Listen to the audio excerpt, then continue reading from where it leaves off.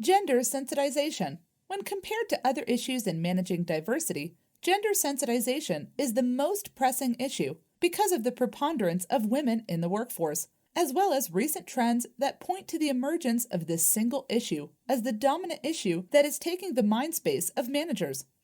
The worrying aspect about this issue is that despite policies and rules governing gender-specific issues in most organizations, there is little evidence to show that they are being followed. Hence, what is needed is a mindset change rather than more policies, and this can only be done if the workforce is sensitized to the needs of women.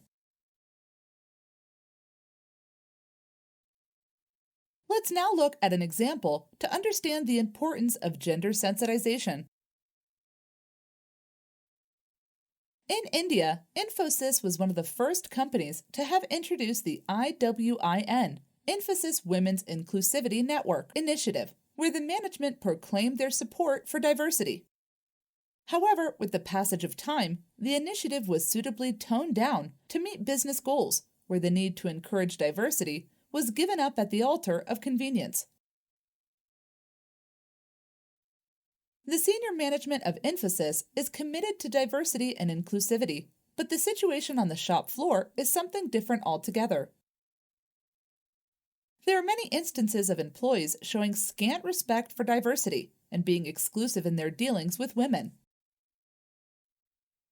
This presents problems for the companies concerned, as not only this attitude vitiate the organizational culture, but is also detrimental for its reputation and adherence to the corporate governance principles. Though the IWIN initiative had the blessings of the founders, including N.R. Naranamurthy, other executives at different levels did not see the need to follow these principles because of mindset issues. The point here is that mindsets are hard to change, and hence diversity is often sacrificed for organizational cohesion. The usual excuse given is that there are not enough employable candidates from different backgrounds, and hence it's not possible to practice diversity. However, a careful consideration of the facts show that this is not true, given the available labor pool that is very rich in diversity. Hence, value-based management that promotes diversity and inclusivity as a business principle should be the goal of corporate leaders. Diversity and inclusivity in organizations have to be practiced instead of being preached. This is because they are concepts that lend credence to value-based management and management that is humanistic in nature. Many organizations claim to have diversity programs only to have a few women in positions of power just for the sake of satisfying the principle of diversity in the letter of the law, rather than the spirit of the law. This is the case with many top-notch companies, where regressive attitudes exist to prevent women and other minorities from being significant. However, this is neither the ideal situation nor even the acceptable situation, as management has to be driven by values instead of being driven by profit alone. Hence, there is a need to practice value-based management and incorporate diversity as a guiding principle for recruitment and promotions.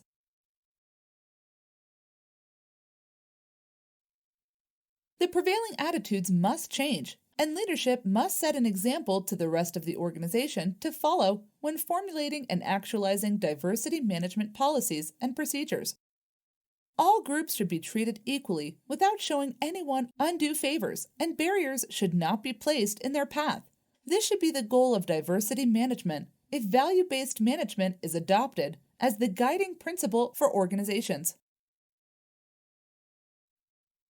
Moreover, a culture of tolerance and inclusivity has to be built into the organizational DNA, since senior management alone cannot change the system on their own.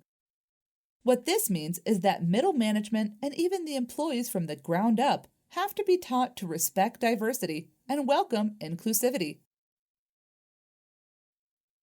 Fostering an inclusive environment. The question that is the uppermost on business leaders' minds is how to foster an inclusive environment, as the current environment in the business world is about not tolerating harassment and discrimination. It's important to keep in mind that just having policies in place alone is not enough to prevent harassment. Rather, companies and business leaders must walk the talk and practice what they preach about having an inclusive environment in the workplace. Fostering an inclusive environment. The following are some of the ways in which organizations can foster an inclusive environment.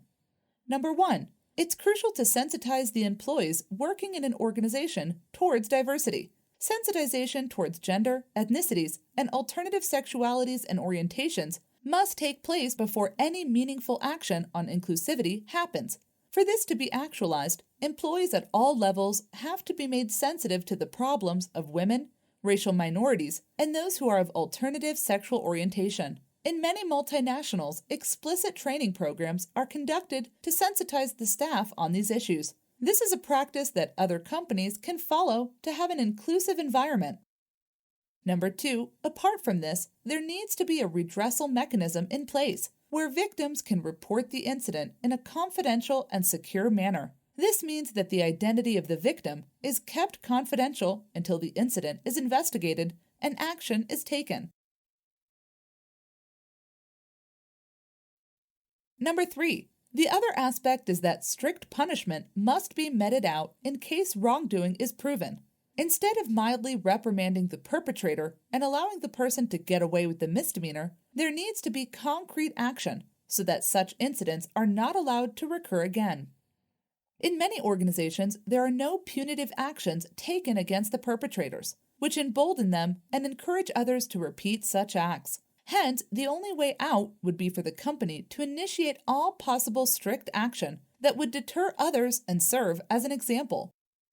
Number 4, the best way to foster inclusive working environment would be to effect a change in the mindset that creates inclusivity rather than narrow-mindedness. Therefore, it would be in the interests of business leaders if they inculcated some of the values like tolerance, respect, and diversity among the staff. Only when there is an attitudinal change can there be an inclusive working environment. Did you know the corporate world now has accepted lesbians, gays, bisexuals, and transgender people in the workplace, increasing overall workplace diversity? However, a research conducted found that 23% of gay employees have been harassed at work, 12% have been denied promotions, and 9% were fired because of their sexual orientation or gender identity.